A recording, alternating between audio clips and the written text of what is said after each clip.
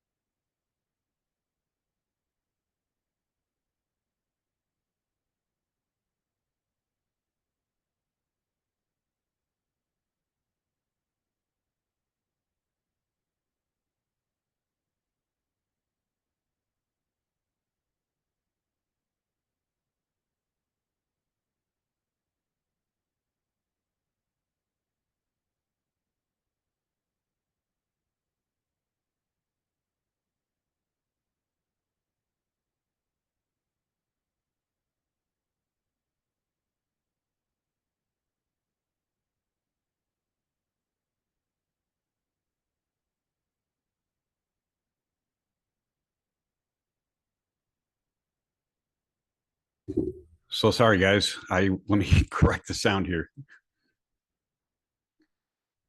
I didn't realize.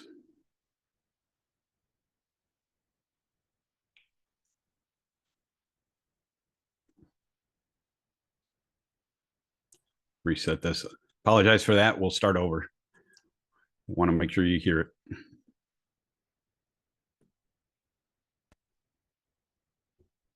2005 season, we're the #1 seed. We've got a great team, a team really without any weaknesses. We've got home field advantage. Everyone is saying it's our year. We end up falling behind to the Steelers in our first round game. We march back. We've got a chance to tie the game up and go into overtime. And Mike Vanderjagt's our kicker. Extremely accurate guy. Never misses a big kick, and he misses.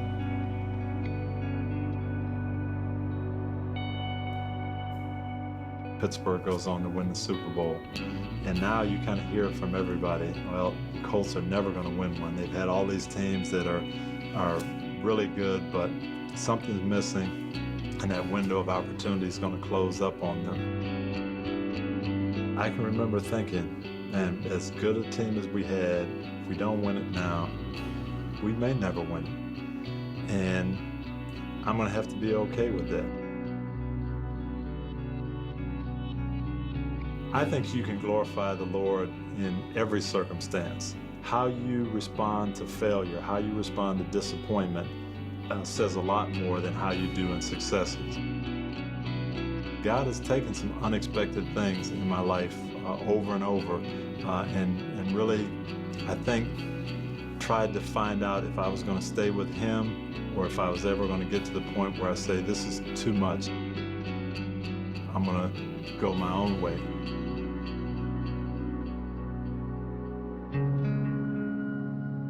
I started coaching when I was 25 years old.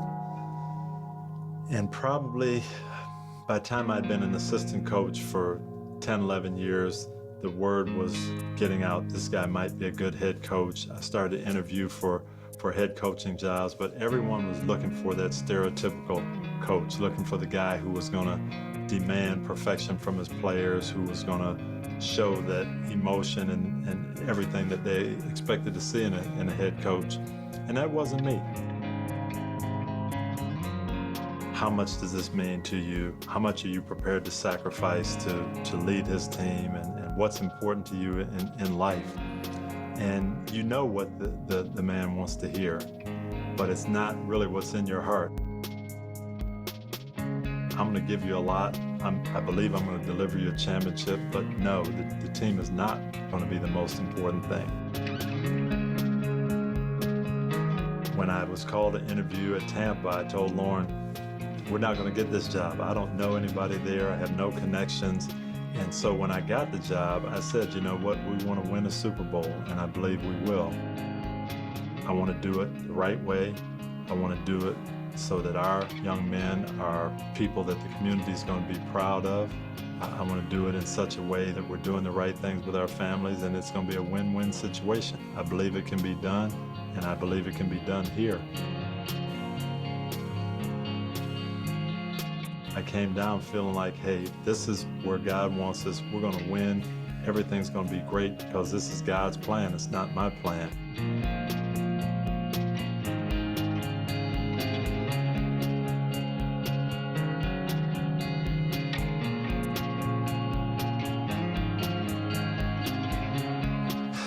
That's, to me, one of the hardest things in life, when you have an idea of the way things are going to go, what you hope for, what you dream about, what you pray for, and it doesn't come through. That's when it's easy to get disappointed with God. Why didn't it work? Why didn't it pan out the way I thought it would? It was one of the biggest disappointments of my life, because I did feel like the Lord had brought me down to Tampa. And I had to realize that it worked out. It just didn't work out the way I had planned it. I didn't know at the time when I got fired what I was supposed to do. Was I supposed to look for something in Tampa outside of football, or was I supposed to look for another job, another city? And 𝙤𝙛𝙩𝙚, the owner of the Colts, called me, and he said, we're making a change at head coach with the Indianapolis Colts, and you're the guy that I want to be our coach. I believe in all the things that you believe in. We want to do things the right way. We want to win, but win with the right kind of people, and you're the guy to lead us. And that was a message that I really needed to hear at that point.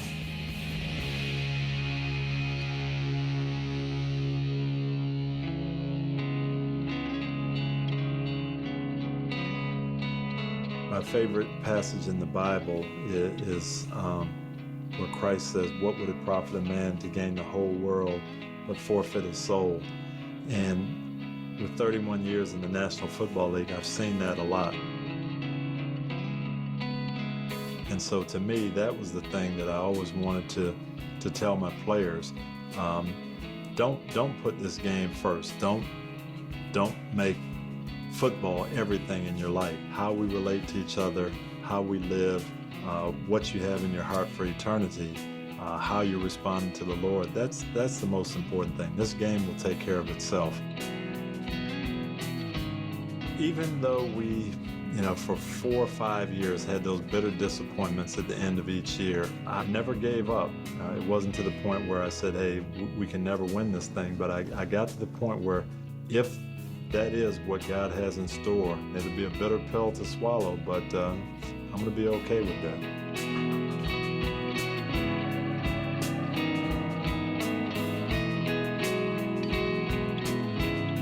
We've been through a lot, and our slogan by that time was, it's our time. Those disappointments were in the past, but now it's our time, and we got to seize the moment, and we did that. Amazing thing in the locker room. Super Bowls are so different. As soon as you win, the celebration starts. You have a ceremony out on the field. It maybe takes 40 minutes to get everybody back together. Many of our players were just waiting. They said, Coach, we've got to finish this one like we have every other game. We've got to have the team prayer.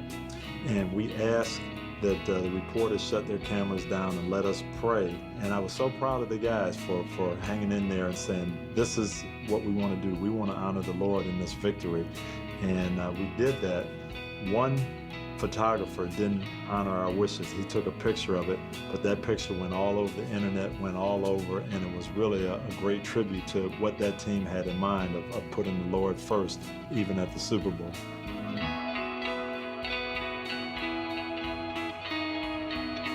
Every decision I make in life, I'm going to make it through the lens of Jesus Christ. I'm going to put him out there first, and my own feelings, my own thoughts, my own desires are going to be second. It's that simple. And if we do that, Christ promised that he would come into our lives, he'd be our head coach, and he'd guide us to that victory, that ultimate victory. I'm Tony Dungy, and I am second.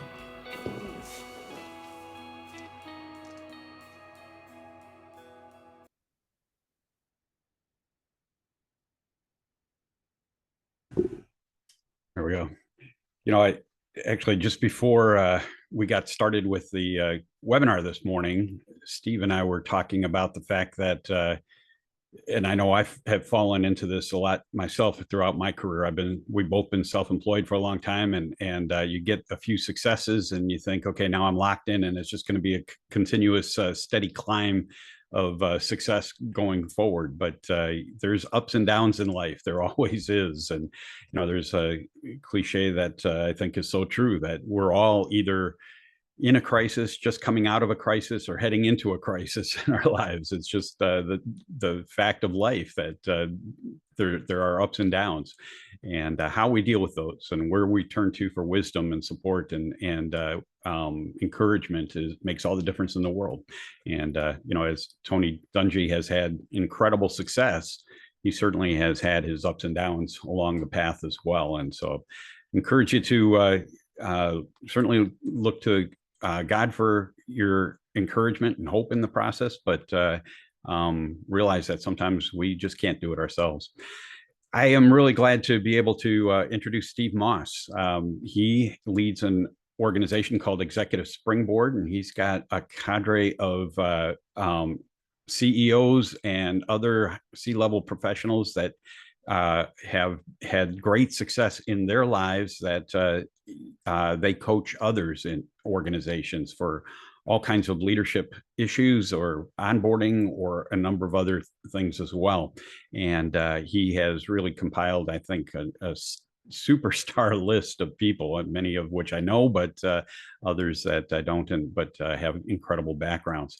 And he's joining us from Baltimore. He, as I mentioned, he's on the East Coast, and I'm glad that he was willing to give his time this morning. I think the topic is so critically important. We were talking about, sometimes people don't see the value of the onboarding process when they're still looking for that offer for, trying to get the job in the first place. But starting out successfully, I think, is so critical to making sure that the next job is one that you can stay at for a while and be successful in and start out strong. And so Steve is going to tie those together and be able to give you some insight that I think will help you be successful. Steve, looking forward to having you join us this morning. And great to be with you, Harry. That was a wonderful message before. So I think it's something for all of us to reflect on. Terrific. Appreciate that. I'll turn it over to you for the next hour, and thanks for joining us. Perfect. Thank you. Okay. It's a pleasure to be with you all today. And I understand everybody who's on this call is probably looking for their next role. I don't know how many of you are employed or are in transition, but just if you could, with raising your hands, who's upbeat about the process and prospects that you have? And I can't see this, so I'll let Harry kind of lead me through anything that comes up if people are feeling kind of confident and upbeat about the process. All right, I think people have had enough time to say one way or another. How many people think the whole thing sucks? That's how I always felt in periods of transition. And what I want to put forward to you is whether you are finding something that motivates you and excites you about the process, or it's not something that you enjoy at all. For most of us, about the worst thing would be to be on this call a year from now because the next opportunity doesn't work out the way it's supposed to. Now, folks in this call are focused on getting an offer, and that's as it should be. But what I want to talk about today is what happens after that offer, after you accept and you start your new position. And my job today is to offer some watch outs So you don't become part of those folks who don't make it in their early days on the job. And I learned my lesson here the hard way. I was a fourth-time chief marketing officer for a company in Minnesota. I lived in Minnesota for 26 years before moving to be close to family on the East Coast. And 3 successful runs as a chief marketing officer. And the fourth time, I lasted 18 months. And in the post-traumatic stress that followed, I did not return back to a corporate gig. I did consulting in various positions. As a marketing guy, I did brand strategy. I did best practices in marketing. In the back of my mind, I kept on thinking about what I saw as the failure of my fourth chief marketing officer role and what I could have done better. And I did a lot of homework in that area. And that research led me to create Executive Springboard, which initially focused entirely on senior onboarding. And some of the insights that we talk about and share with our clients are what I want to spend time with you on today. So another chance for chat here for a minute. What are the chances that your next job won't work out? Oh, that's not really a fair way to put this, because I know you're all exceptional people and you'll have the benefit of the tips that I'm going to give you today. But in general, what percentage of senior hires do you think fail in the first 18 months? And if you can just put a percent in the chat, and Harry can give me back a little bit about what you're suggesting. Got a 10, 20%, more 20s. Okay. Okay. 35. Up to 35. Okay. 50. We have a 50. Whoa, we have a 50. It's sounding like an auction here. Okay. Right. let me share a quote from Kevin Kelly, who was the former CEO of 𝙤𝙛𝙩𝙚𝙧. Okay. 40% of executives hired at the senior level are pushed out or fail within the first 18 months. It can be damaging to, it costs the company money, it costs the company morale. Probably as important in all of that is it can be devastating to the executive themselves, okay? Now, this was based on a study that Heidrich did of 20,000 of their own searches. It was done in, he left the company in 2013. And in the 11 years that have ensued since then, I have to think that the percentage has not gotten any lower. Harvard Business Review estimates that it's between 40 and 60%. First-time people who are promoted into a new role, the number's probably higher than 40% for sure. People who are interested in going into private equity, the number is higher again. So it's kind of a coin flip on whether somebody lasts as long as 18 months. Now, what I want to talk a little bit about is whether there's alignment or not on what you as an executive think might be the issues and what the company sees as the potential issues, okay? And this actually turns out to be kind of two sides of the same coin. If you talk to executives about why they failed in their new assignment, they'll blame the circumstances that they faced. Oh, I was given this as an expectation, and when I came in, things changed. Oh, it was a much different culture than I expected it to be. I thought my boss was going to give me a lot of liberty to act, and I found out that he or she was a micromanager. So the executives tend to blame the circumstances, and they'll also they'll admit that perhaps the way they handled the circumstances they faced were not as good as they could be. The companies singularly blame the executives. Hey, if 50% of them fail, then 50% of them succeeded. So it's not us, it's got to be the executive, All right.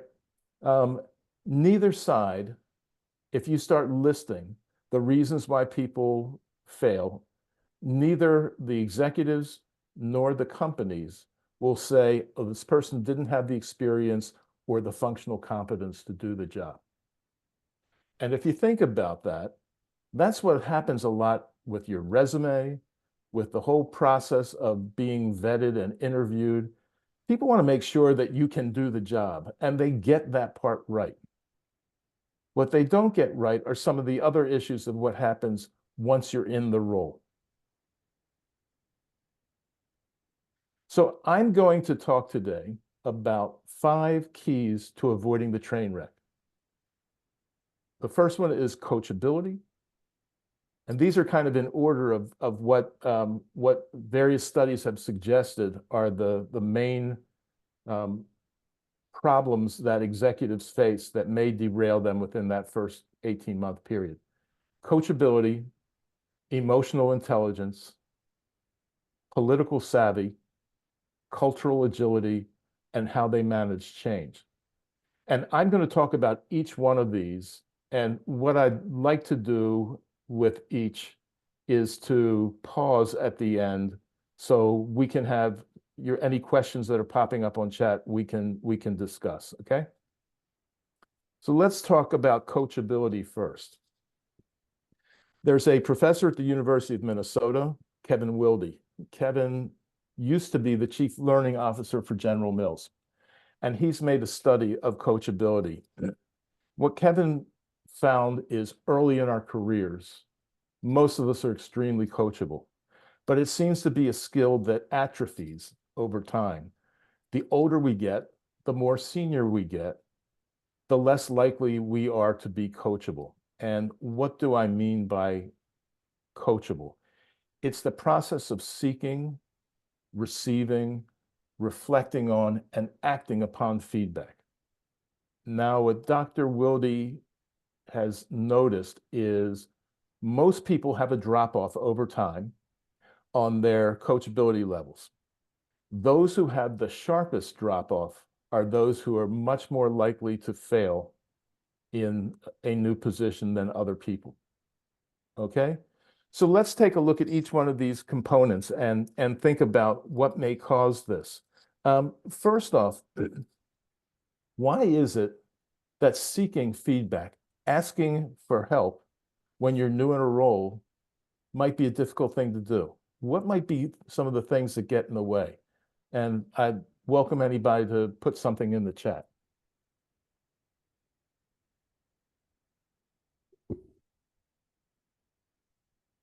Pride, Any pride?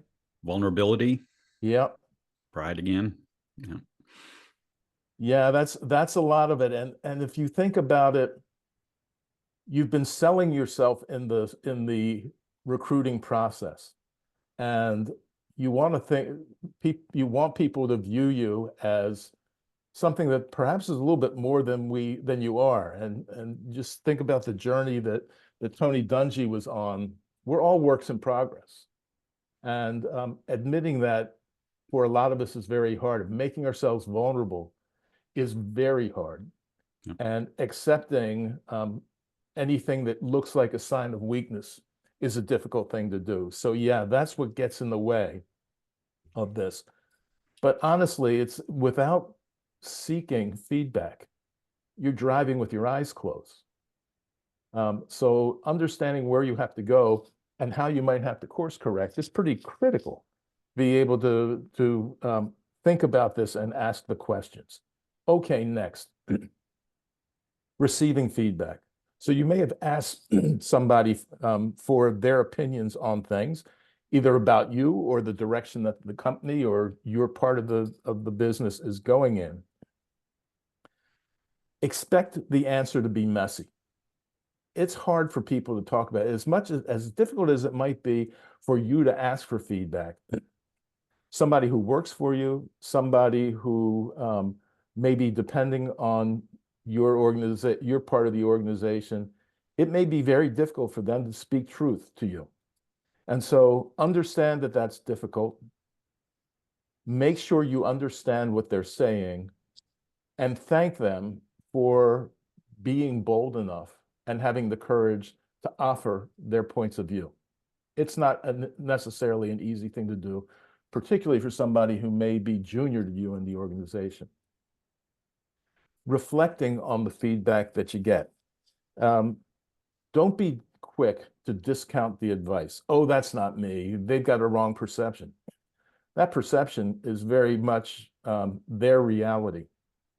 So understanding that is a critical thing and valuing what folks have to say. But I want to talk about something here as well that is a little bit less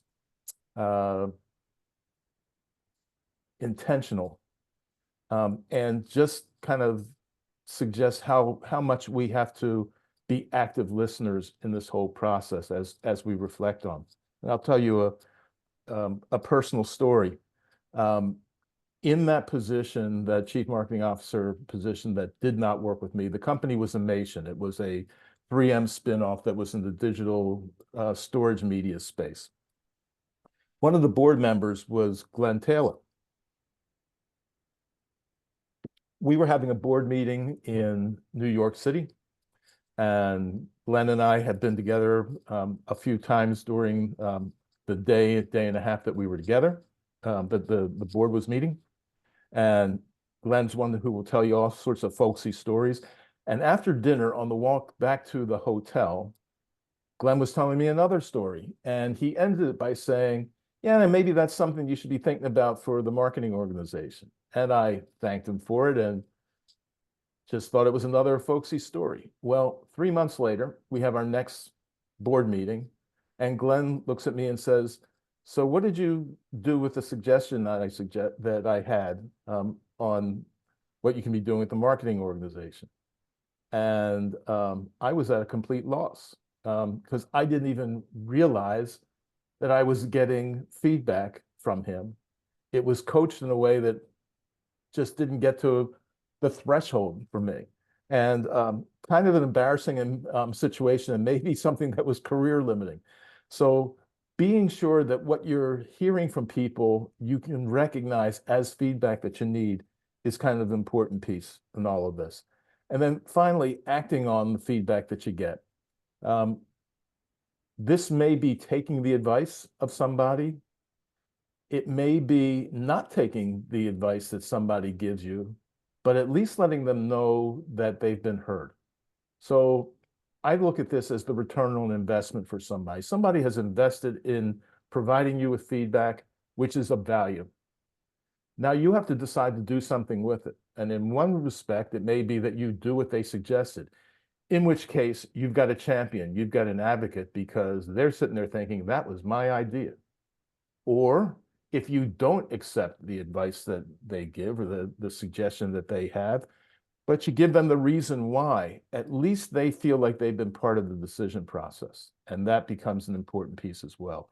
And if you put all this together, thinking about feedback in these 4 buckets, that coachability is the #1 reason why if folks don't get it right, they run into problems. So let me pause for a second. And if there are any questions on what I've suggested on coachability or challenges, I'd love to hear them.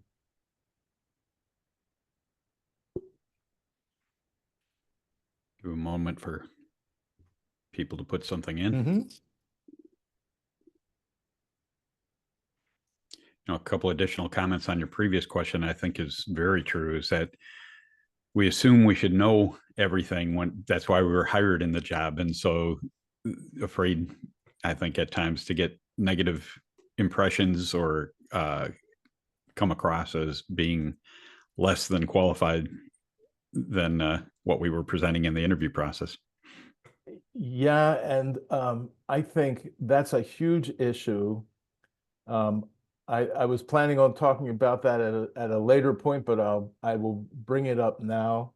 You've already made the sale, right? Yeah. The company was impressed enough by your ability, your competence to think that you can do the job. They also expect that you have to learn. And And because you've already made the sale, you don't have to continue selling yourself on that. You don't have to continue to prove just how much of an expert you are in an area. That's hard, but it's it's an important thing. I mean, as much as anything,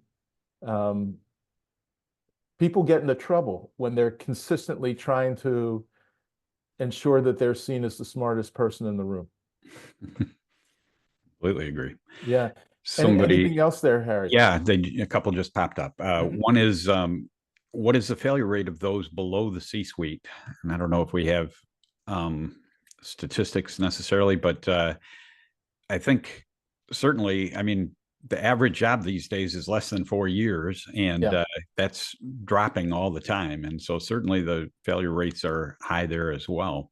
Yeah, and senior, I don't think necessarily meant the C-suite. I think it probably would be at least at the vice president level, and sometimes at the director level as well. I don't think 𝙤𝙪𝙧 gets involved in a lot of searches that would be below that level. But I think you could say that it at least would go to the vice president level. I think the level of the failure rate at certainly that 18-month level would be lower at positions that are more junior than that. Agreed. And I think part of it is just around coachability, because those folks tend to be more coachable.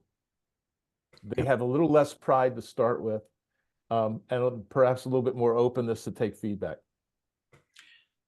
Other questions here. What if the feedback comes with criticism that doesn't seem constructive?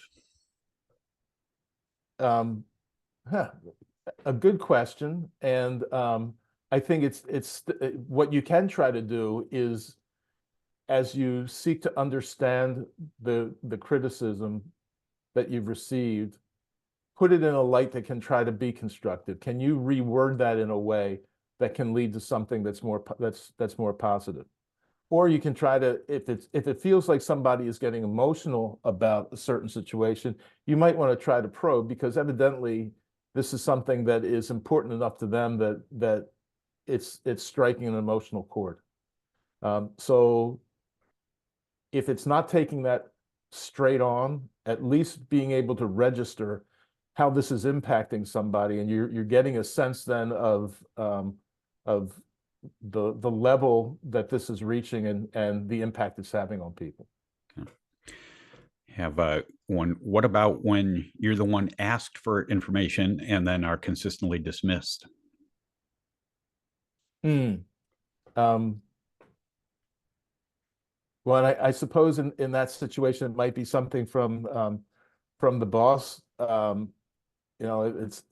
This is an indication of their own coachability. People have to, one of the things that I would say on this is there may be situations where you can have a discussion on decision rights. Sometimes there may be things that you can try to get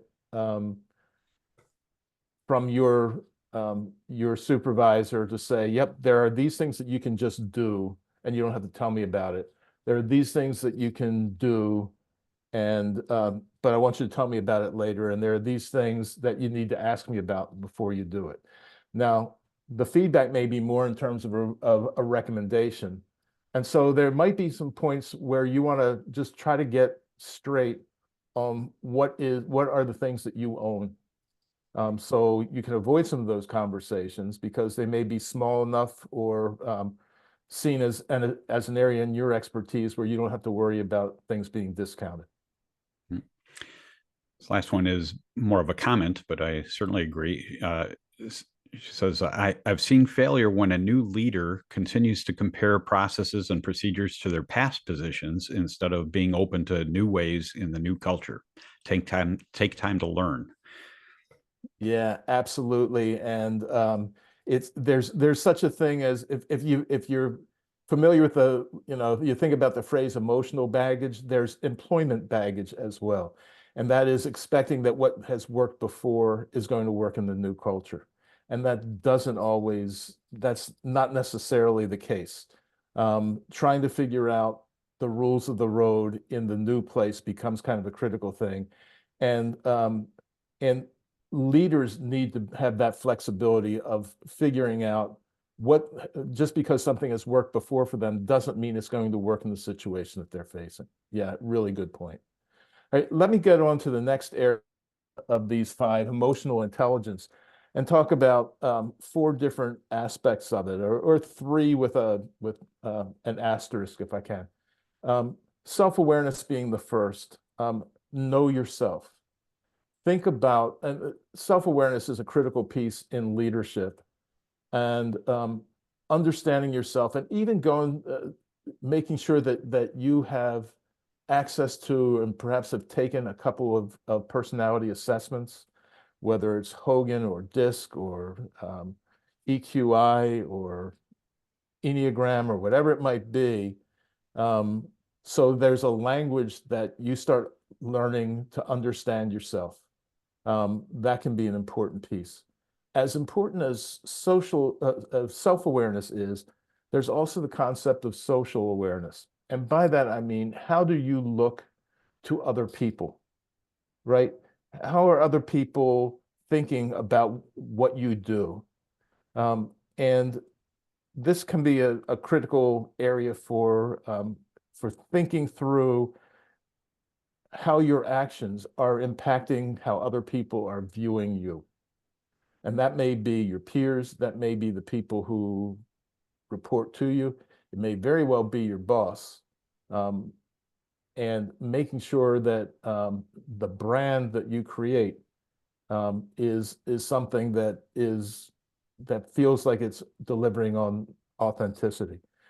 I'd also like to point out empathy, that in this whole process, and this comes back to something I think is at the heart of a lot of things with Tony Dungy. It's not about you, right? You need to detect how other people feel, and not just about how they feel about you, but how they feel about themselves, how they feel about their work, how they feel about the contribution that they make. Appreciate their story, right? The 4th area may be something that is closely tied to empathy or social awareness, or even all 3 of these, self-awareness as well.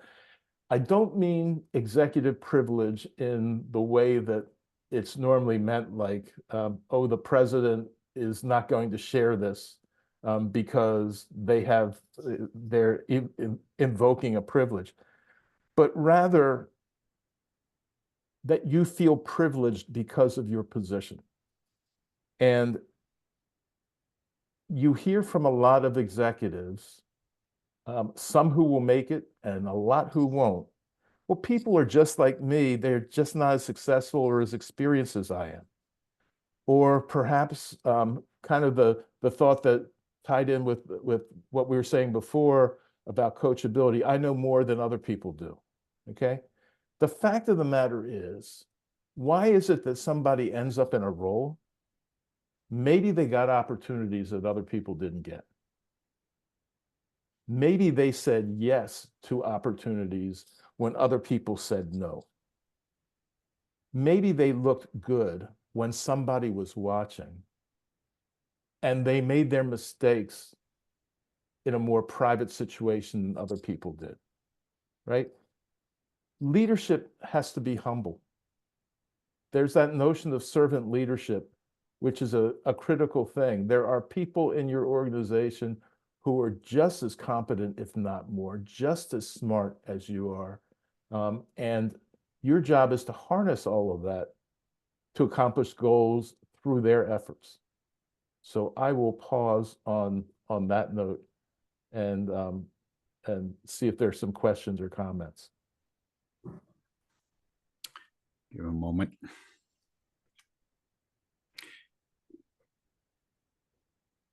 You know, Steve, you started out with talking about self-awareness, and I think that is such a critical piece of it, to be able to talk with conviction about what's important to you, what your values are, what matters, and when you're clear yourself, then you can see things more clearly around you and make better decisions and have better conversations.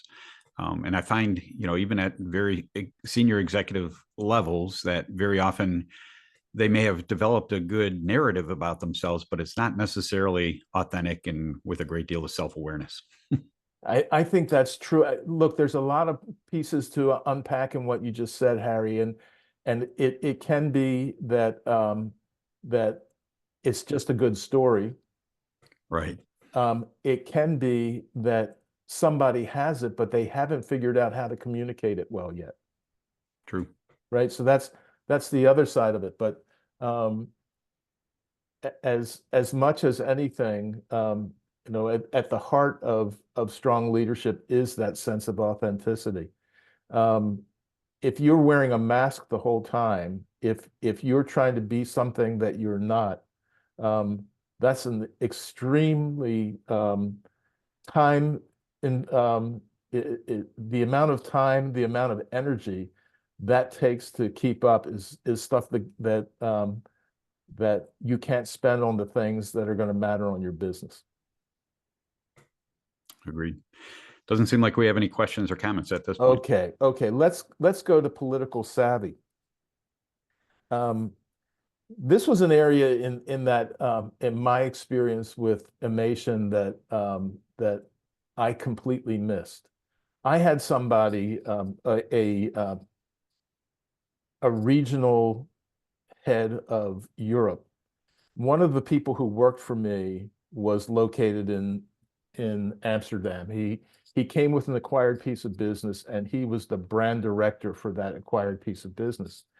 And nobody knew the brand better than he did. He had years of experience, like 10 years of experience on the brand that we had just acquired within the past year. And the person who was leading Europe had nothing good to say about my brand director. And instead of directing that criticism to me, it was directed towards my boss, the CEO. And it took me, the light bulb went off for me about a year and a half after I had left the company, what was going on here, and that this was it was a little bit of asymmetric warfare. That somebody who wasn't in the C-suite, as I was able to develop areas that were in his relationship with the CEO that put me kind of back in a place that he felt more comfortable. And it was something that wasn't obvious. And it was something that while it was going on, I was completely unaware of it, but it was kind of an important thing. If you think about the politics in an organization, I don't want to completely say that politics are bad. I don't want to put a value judgment on political savvy. Politics is about influence. And everybody wants to have influence in an organization. How we go about doing that is kind of the politics that I'm talking about here. If you're new in an organization, you're creating relationships with a set of peers. And those peers have their own agendas.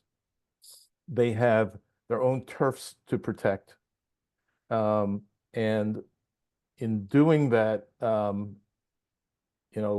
it's kind of important to realize that we talked already a little bit about why it's not necessarily important to keep on reinforcing your own expertise or how smart you are.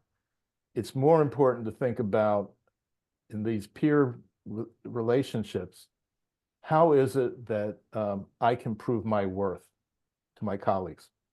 How is it that I can make my competence personal to them? How do they win from the things that I do? I suspect that we want to go into a situation with an assumption of positive intent from everybody, whether that's the case always or not. But in the process, when people write about quick wins in an organization, part of those are being able to show that you can deliver on even small promises to those people you have to work with. There's this area of influence, I think, that's important also, because it's not just what's on an org chart where the influence is. If at some point you're standing in front of an organization and talking about the change that you want to bring, and there's somebody who's got their arms crossed and they roll their eyes, and everybody in the room is paying attention to them, and you've lost the audience afterwards, it's kind of important to know who those folks are ahead of time. So that can be part of what happens with influence. There are power relationships that happen. And again, when you're new in a role, you're the least politically savvy person there. You don't know how things work. Other people do. They have existing relationships, etc. And before you find yourself at too much of a disadvantage, you might want to ask your boss occasionally to put their finger on the scale to just make sure that it's an even playing field for you. I think that can be important. It's also important at the right time to know when you have to stand your ground and fight back. So if somebody, for instance, is saying something about saying something that you believe is unfair about what you've done or what your team is doing, particularly if it's what your team is doing, you don't want to just throw them under the bus in the spirit of gaining the necessary alignment with people. But your job is to provide the air support for your people so you can get your job done.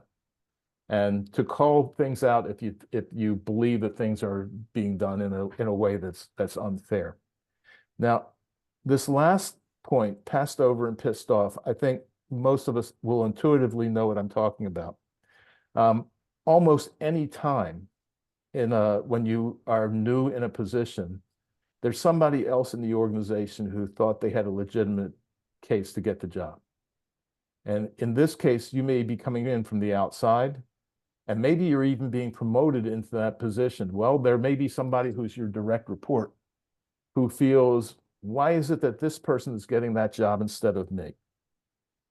This is another form of asymmetric warfare that often happens.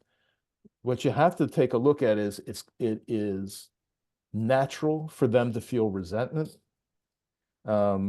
It's important for you to treat them with respect. It's probably important for them to feel ownership about something. When you're new in a job, part of your job is to learn how everything works. That may feel like micromanagement to the people on the other end. But I think what's really kind of important in this is to have some of those things where they feel like they can just do it and they know you're not going to be looking over their shoulder. At the same time, if you see signs of disrespect or of somebody who's trying to turn your agenda in a way that's not what you want to do, you have to call them out. I would say of the work we do onboarding executives, they spend maybe a third of their time in mentoring sessions talking about this person who's passed over and pissed off. And if they're spending that much time in their mentoring sessions on that, I'm imagining they're spending quite a bit of time on that in managing their business. And you have to get that in the right place. It may very well be that the best thing for that person and the organization is for them to go someplace else. Questions, comments? Got a couple that came up while you were talking. One says, peers can view influence as a zero-sum game. If you're gaining influence, it can be seen as a threat. Yes. Yeah. Yeah, I think there's also a big part of this is how can you collaborate? And there's something that's kind of reciprocal. There's a reciprocity that happens between when you're new and you're learning and you're asking for help from other people, that you will try to deliver some help in return. And it may be, as somebody is, one of your colleagues says, what I really need from your organization is X, Y, and Z. Well, maybe that requires a reprioritization to some degree, and you have to decide whether that's appropriate or not. But figuring out ways for you to build that relationship that you don't have immediately. There's a wariness that your peers may have. Very much they might see your own gains as something that comes at their expense. Try to figure out the ways to help them win. Great. Somebody says, how do you gauge when you should fight back or not? And following that up with, as someone that's been in the passed over and pissed off role, how do I curb that to keep the next job? Can you repeat the first part of the question? Yeah. How do you gauge when you should fight, whether you should fight back or not? I had a story that somebody told me about a situation that they were in, a chief marketing officer in a company, and the CFO was a designated jerk in the company. I think that was actually the role that the owners wanted him to play.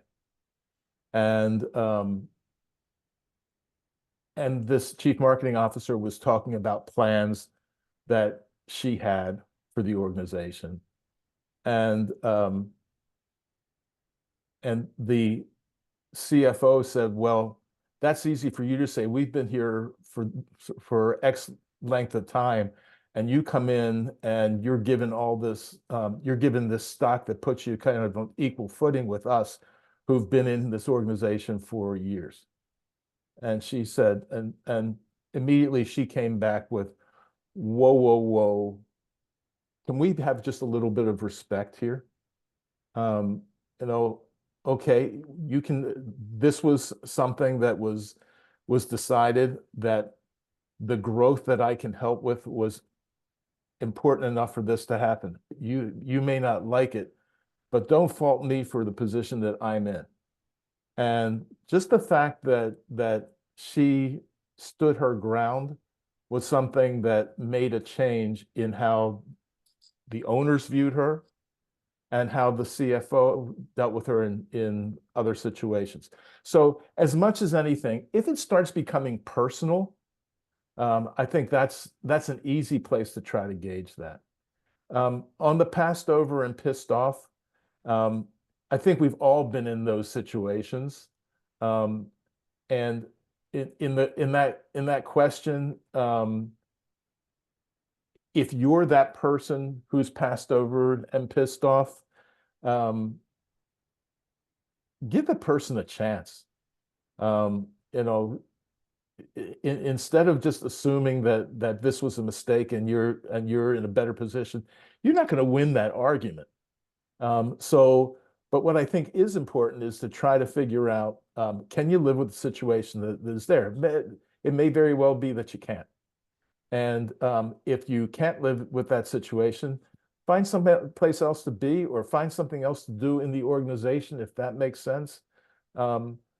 Or if you feel like you can, try to get something where you maintain ownership on it, where you can feel like you're seeing the respect that you deserve. And just recognize that if what you're trying to do, if you're doing things that are disruptive to the new boss, that's not healthy for anybody in your organization. If I'm the boss and I've got somebody who is pissed off and is acting out in a way that makes their disagreements with me kind of public, if I take no action, that is suggesting to other people that behavior is okay. And it's not okay. So there are things that you have to do. The first time or two would be a private conversation for sure. It's not something that necessarily has to be aired publicly, but you deserve, as that new person in there, you deserve the respect of everybody in that organization. Sounds good. That's it for now. Okay. Cultural agility. There is no generally accepted accounting principles when it comes to culture. Culture can be a kind of squishy thing, but I'm using this unpronounceable acronym that looks something like height and width, but it isn't. How we do things here. That's kind of a key part of culture. What are the rules of behavior that are how things get managed in an organization? I find this is more important than talking about mission, vision, and values. This can be where the power lies. Can be about how do they like to communicate. Is this an email culture? Is this a meetings culture? What might it be? How does the immune system in the organization work? How does leadership deal with bad news? Is this a collaborative organization, or are we in silos? All of these things are kind of those critical parts to get an understanding of early on. And it may be things that you ask the questions even in the interviewing process to try to get a handle on it, because it becomes really important for you to be a good match for this. I'll get to the match in just a second, but let me talk about adapting to or changing the culture. If you're not the CEO, don't waste your time trying to change the culture, even if you're being brought in as with kind of a change management title. If you're supposed to be an agent of change and you take that too seriously as the bull in the china shop, it's a license for bad behavior. What I think works a whole lot better is understanding that we all need to adapt to the culture that we find ourselves entering. There's a new prime minister in the UK. He's not going to change so everybody starts driving on the right side of the road. There are changes that you just don't make. You have to get a pulse on the rhythm of the organization and dance to that. Okay? You can change culture in the micro part that you control. And if you're new as a CEO, that might be something on a much broader sense where you can change culture. It doesn't happen overnight. You have to start picking out where are the things that are important to you and establishing the ground rules. The final point I've got on this slide is about dynamic tension. We already mentioned authenticity, but I want to talk for a minute about what these dynamic tensions can be. There's who you are, and then there's who the company needs you to be. They may be aligned, they may not be aligned, okay? If there are too many places where the company's needs are different from how you're comfortable operating, or if there are even just a couple where it's vastly divergent in terms of what the company's needs are versus how you like to operate, you might have a lot of trouble. At the same time, that's how we grow. If we're pushed out of our comfort zone and we can develop some strategies for how we deal with that, even to the point of saying, hey, I'm not real comfortable doing this, or can you allow me to try to do something that I've never done before, ...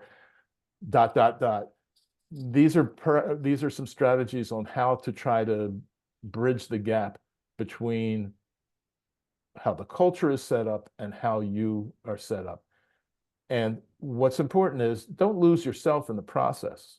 You need to stay authentic, but success is also going to be measured to a degree in how you can meet the needs of the organization. And with that, I will pause again.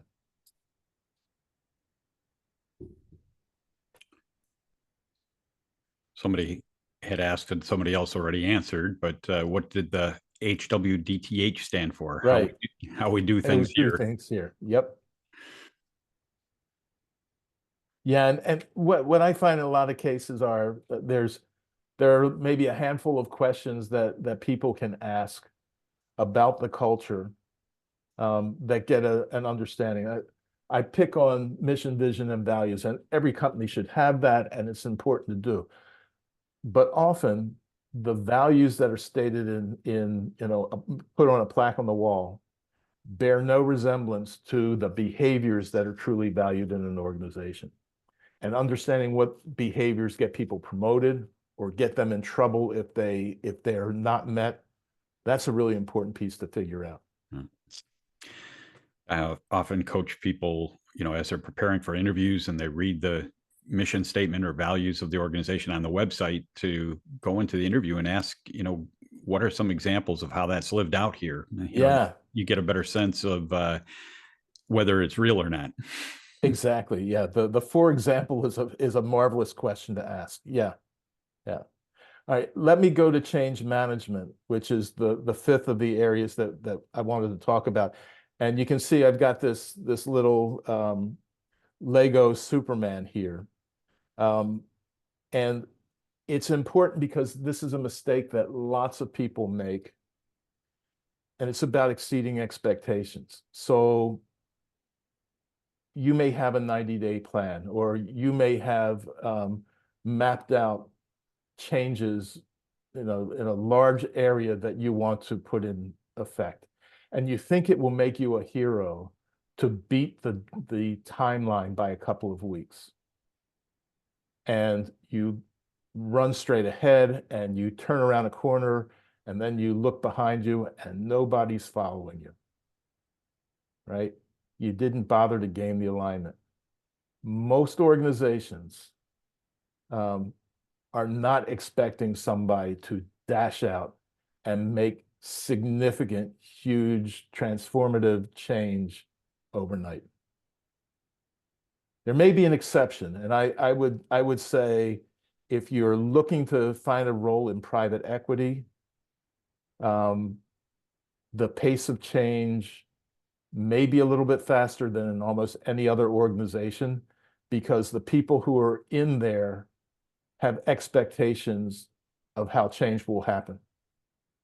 But by and large, many people I know who've been extremely successful in their careers with an organization started off working at a pace that was slow enough that people were sometimes scratching their head, like, when will they get on with it?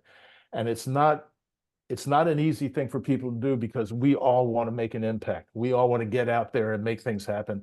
And it doesn't necessarily all happen that quickly.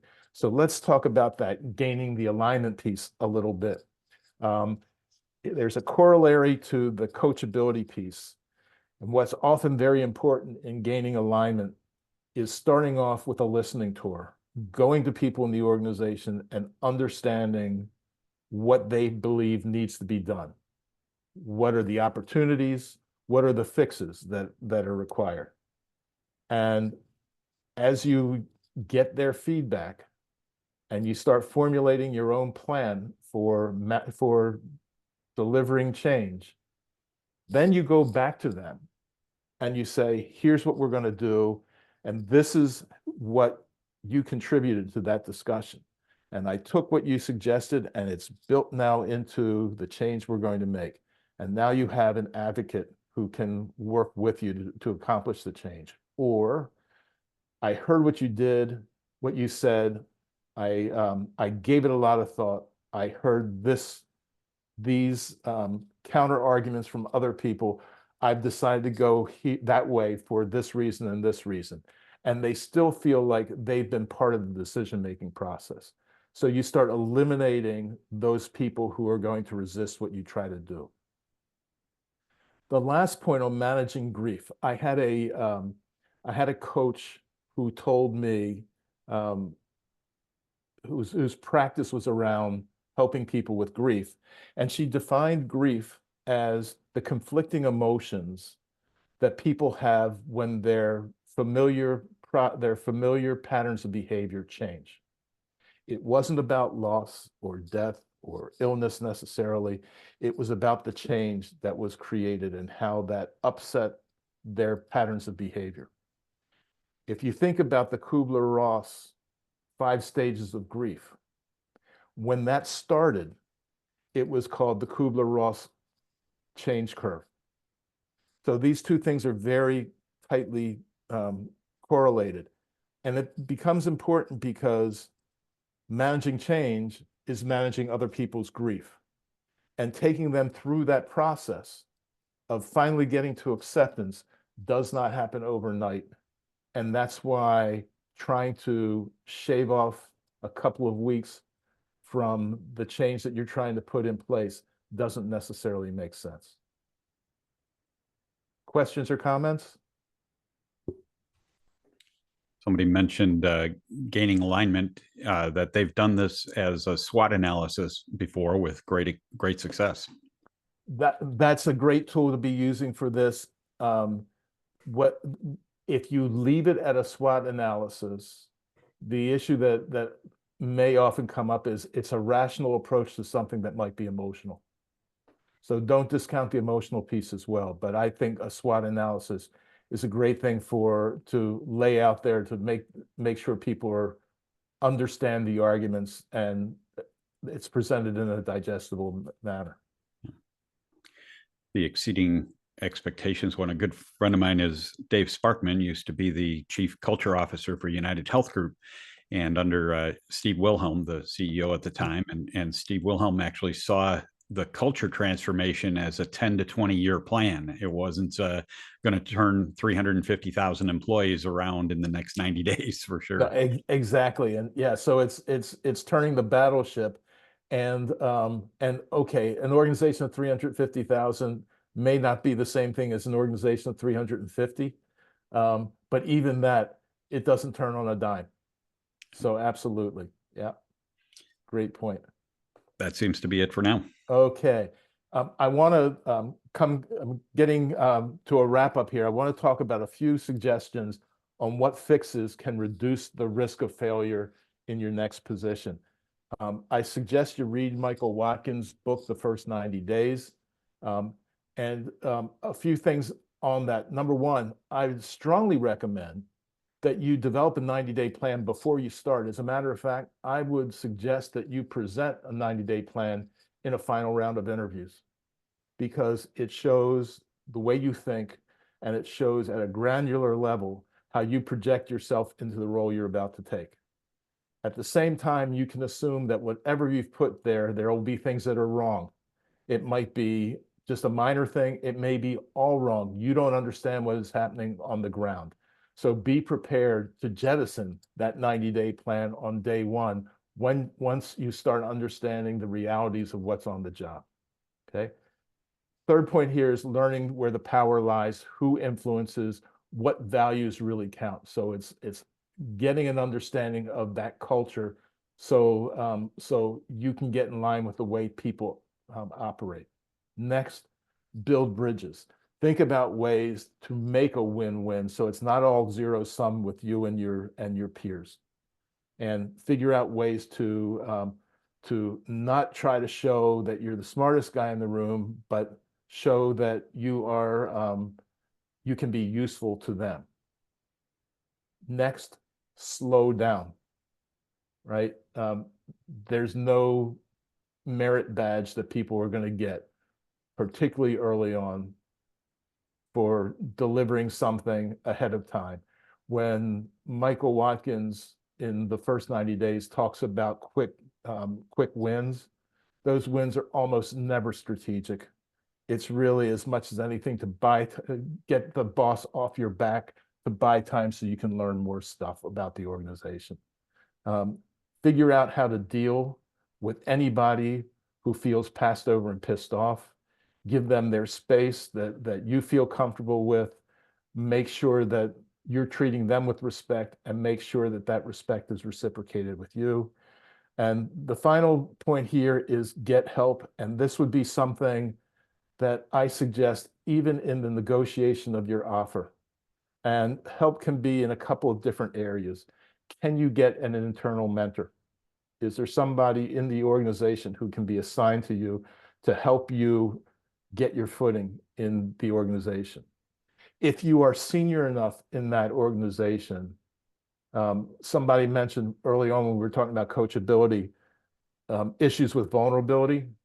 Lots of times, if you're an officer in a company, there won't be anybody internally who can mentor you. You just won't make yourself that vulnerable with somebody who may someday be your problem.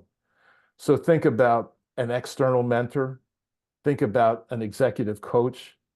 Executive coaches are great at asking poignant questions that help you go on a path of discovery yourself.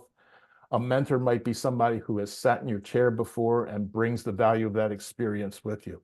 Or it may be a peer network. It may be something like 𝘼𝙛𝙩𝙚𝙧 or allied executives who can be a help to you in that process. Okay? That's it for me. Love any questions that you might have. I give you this as my contact information if you'd like to talk to me about anything that we've discussed here, or when you land that next job and you start thinking about would my company invest in me having a coach or a mentor in this way? I'd be delighted to have a conversation with you. Any other questions before I quiet down and let you finish your agenda today? That's terrific. Somebody does ask, how do you put together a 90-day plan without inside perspective of the organization? And before you answer, somebody would like to still see your contact information again. So if you want to flip back to that. Yeah, okay. I would think through the course of an interviewing process and by the material that you've learned, you have enough of an idea about the strategies of the organization and how your position fits into that. And what I've often done with people is create kind of a template, a spreadsheet, if you will, that starts with very rough goals that you have that are long-term. They don't necessarily have to be something that gets accomplished in 90 days, but maybe there are 2 or 3 business goals and maybe one personal goal, personal development goal that you list. And then I think about objectives. So I go from goals to objectives and say, here are the metrics that I would suggest that would tell me I've been successful in this goal. And again, that's not necessarily something that is stuck on the 90 days. But then I start thinking about laying out some strategies for each of those objectives. What are steps that I would take in a 90-day process? And it may be about learning. It may be about internalizing things. It may be about how do you eventually get to preparation for activation. None of that may be accomplished in the 90 days. But I think you want to have some metrics about what you can accomplish towards those goals within a 90-day process. Agreed. I think certainly getting input from them on their expectations of what they hope for you to achieve. I think always a good question in an interview is something along the lines of, 90 days into this job or 6 months into the job, how will you gauge whether it was a successful hire or not? Well, yes. And one thing I should add to this is 90 days certainly is not enough for onboarding to be complete. Right. So as you get close to the end of your first 90 days, it's an iterative process. Do a second 90 days, right? The work that we do with people, with leaders who are onboarding normally is over an 8-month period. We found that at 6 months, there are still some uglies that will be surfacing that had gone unnoticed before. But by month 10 or 11, a mentor and the executive are kind of looking at each other saying, well, aren't we done? It normally takes about 8 months for people to really get into their groove and start becoming a productive part of that organization, understanding the culture, making the relationships that are going to count, gaining the alignment that they have to do as they start pushing their initiatives forward. I'm not seeing any other questions popping up for now, but Steve, thanks so much. I really appreciate it. And one thing I really appreciate with Steve is there's a lot of coaches out there that have never really been in the seat or achieved a lot in their career on their own. Steve has been there and done that in multiple organizations and large organizations, and he's put together, as I mentioned earlier, a team of tremendous people that each have been in the seat before and have experienced all these challenges firsthand and can mentor and coach very effectively. And so a great deal of well-informed information that has been put into practice and tried out. So it's not just theory. And as much as anything, what I've found from the mentors in my organization is their willingness to show their own scars. You know, because if somebody's learning can be less painful than mine, that's a great thing. Better to learn from somebody else's mistakes Exactly. than make your own. Thank you, Harry. Thank you, Steve. Really appreciate it. As I mentioned earlier, I want to run through quickly a number of things that are available to you through Crossroads so that you can take advantage of more than just these webinars. Some things we do in person, some things we do online. And so depending on where you sit, you can participate at different levels. But, you know, one of the things with the pandemic is that we got to figured out how to do a lot of things online. And so we are continuing some of those, like this webinar today. We were doing 3 webinars a month. Now we're doing 2 in person and 1 online. But there's ways to participate from a lot of different perspectives. So let me share my screen here and I'll run through a number of things that I certainly hope you get plugged into. Hang on just a moment. Okay, hopefully you're seeing that. But in order to register for this webinar this morning, you probably had to go to our website. But if you haven't spent time there, I certainly encourage you to peruse all that's out there. We have everything that all of our events that are coming up, detailed information. There's a resources page with a ton of information there as well. And we have a job board. There's a number of companies in the area that know what we do and know that great people come to Crossroads. And so they specifically post positions on our job board here. And in most cases, not always, but in most cases, they post some contact information of their own on there so that you have a person you can reach out to and ask questions and follow up versus just having the black hole of most job boards where you're applying and have crickets and nobody to follow up with after that. So check it out regularly. I mean, obviously it's not as populated as Indeed.com or LinkedIn, but there's a lot of great positions that come up. Interestingly enough, the largest employer that posts on our job board regularly and posts a ton of positions is the state of Minnesota. And it surprised me and I'm grateful for it. But there's a lot of different companies that have great positions. Actually, just yesterday, I got a note from somebody from Starkey that is posting positions on there now too. So check it out. And like I say, peruse the rest of the website because you'll find all the information of things that are coming up. Our kind of regular cadence of main meetings is that the first Thursday morning of every month is an in-person meeting at Grace Church in Eden Prairie. And we have a presenter on some job search topic as well as other information. And then that is followed up by our Networking with Grace meeting, which is our networking group that meets following the main presentation meeting. And I'll explain more of that here in just a minute. The second Thursday evening is in person at Woodbury Lutheran Church. And so if you're on the east side of town, we have a closer location for you there and I encourage you to take advantage of those presentations as well. Again, all that's posted on the website.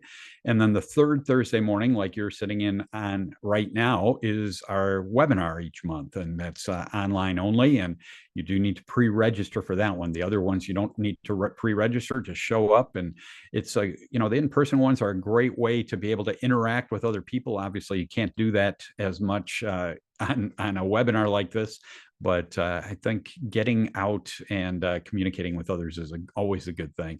I think something people often forget is that I think communication skills are use it or lose it muscle. And if you're sitting at home for weeks on end and staring at your computer screen and applying for jobs, and then all of a sudden you have a networking meeting or an interview, you're not necessarily communicating at your best at that point. So the more you can get out and interact and communicate with others, you keep those muscles strong and you're at your best then when you have important meetings that come up.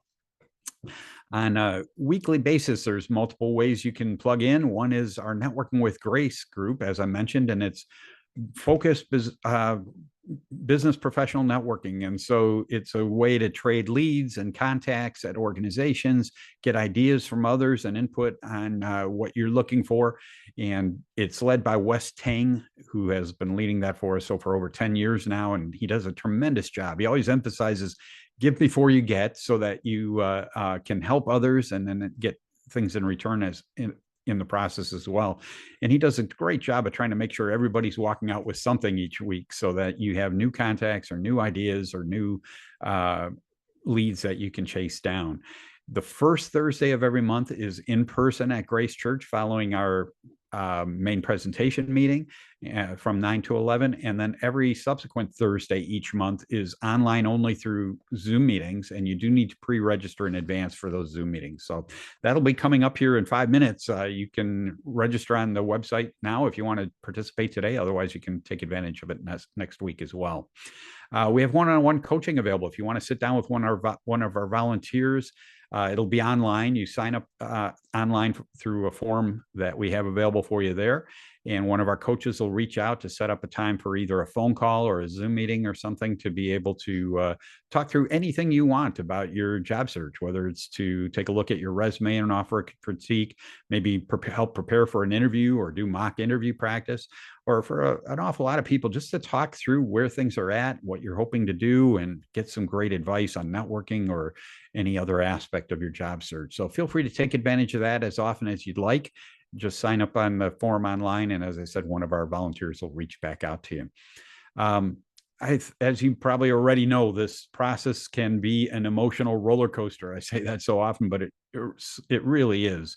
And I think getting some spiritual support and encouragement is so critically important. And I'm so grateful we have a team of volunteers that loves to pray for you. They pray for participants in general, but if you have a specific prayer request, go to the prayer page on our website, fill that in, and be confident that somebody's praying for you.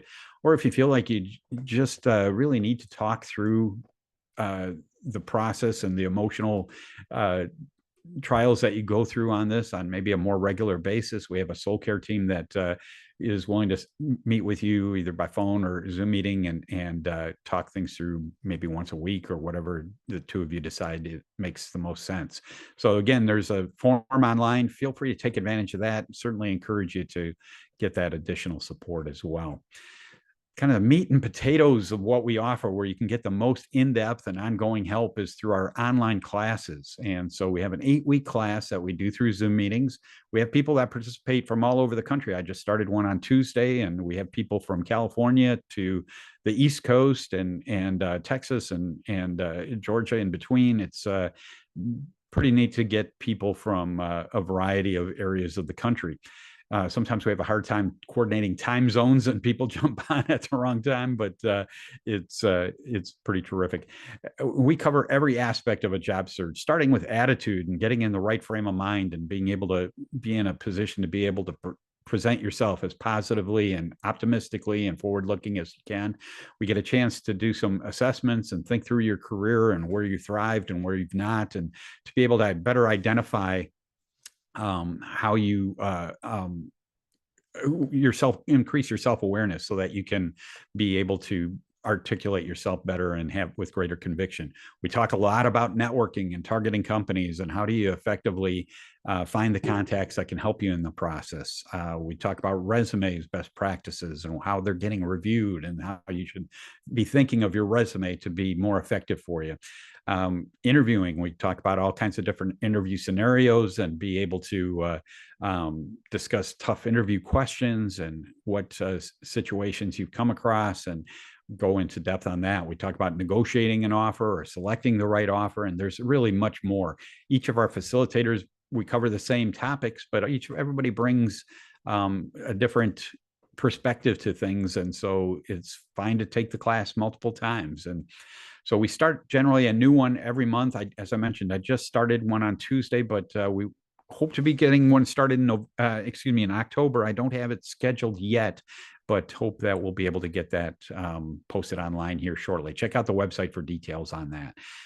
Along with it, we have weekly light and accountability. I think just the encouragement and moral support is as important as all the content we cover. And throughout the 8 weeks, we also explore what's God's perspective of your job search in your life. I think those bigger questions are critically important in our lives as well. So check that out, get involved, because I think, like I say, on a more ongoing basis, it's where you can get the most in-depth help. If you haven't already, check out our LinkedIn group online. You can request to join and get approved, but there's all kinds of information that gets posted, including upcoming events. But I think the greatest value is we have over 2,500 people that are in the group, all of which have been through Crossroads at one point or another.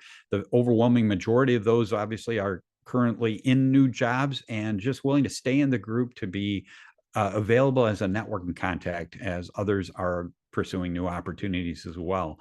So you can look for people in the group that might be working at a company that you're targeting and reach out to them to get some advice and insight into the role, perhaps some referrals and additional help. It depends. Each person obviously decides how much they're willing to help, but they're in the group in order to be available for others to reach out. So check that out. Join our LinkedIn group.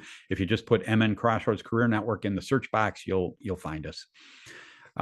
Similarly, on YouTube, put MN Crossroads Career Network in the search box there, and you'll find our YouTube channel. And all of our webinars, including this one, get posted on there. I'll have this one posted online before the end of the day today.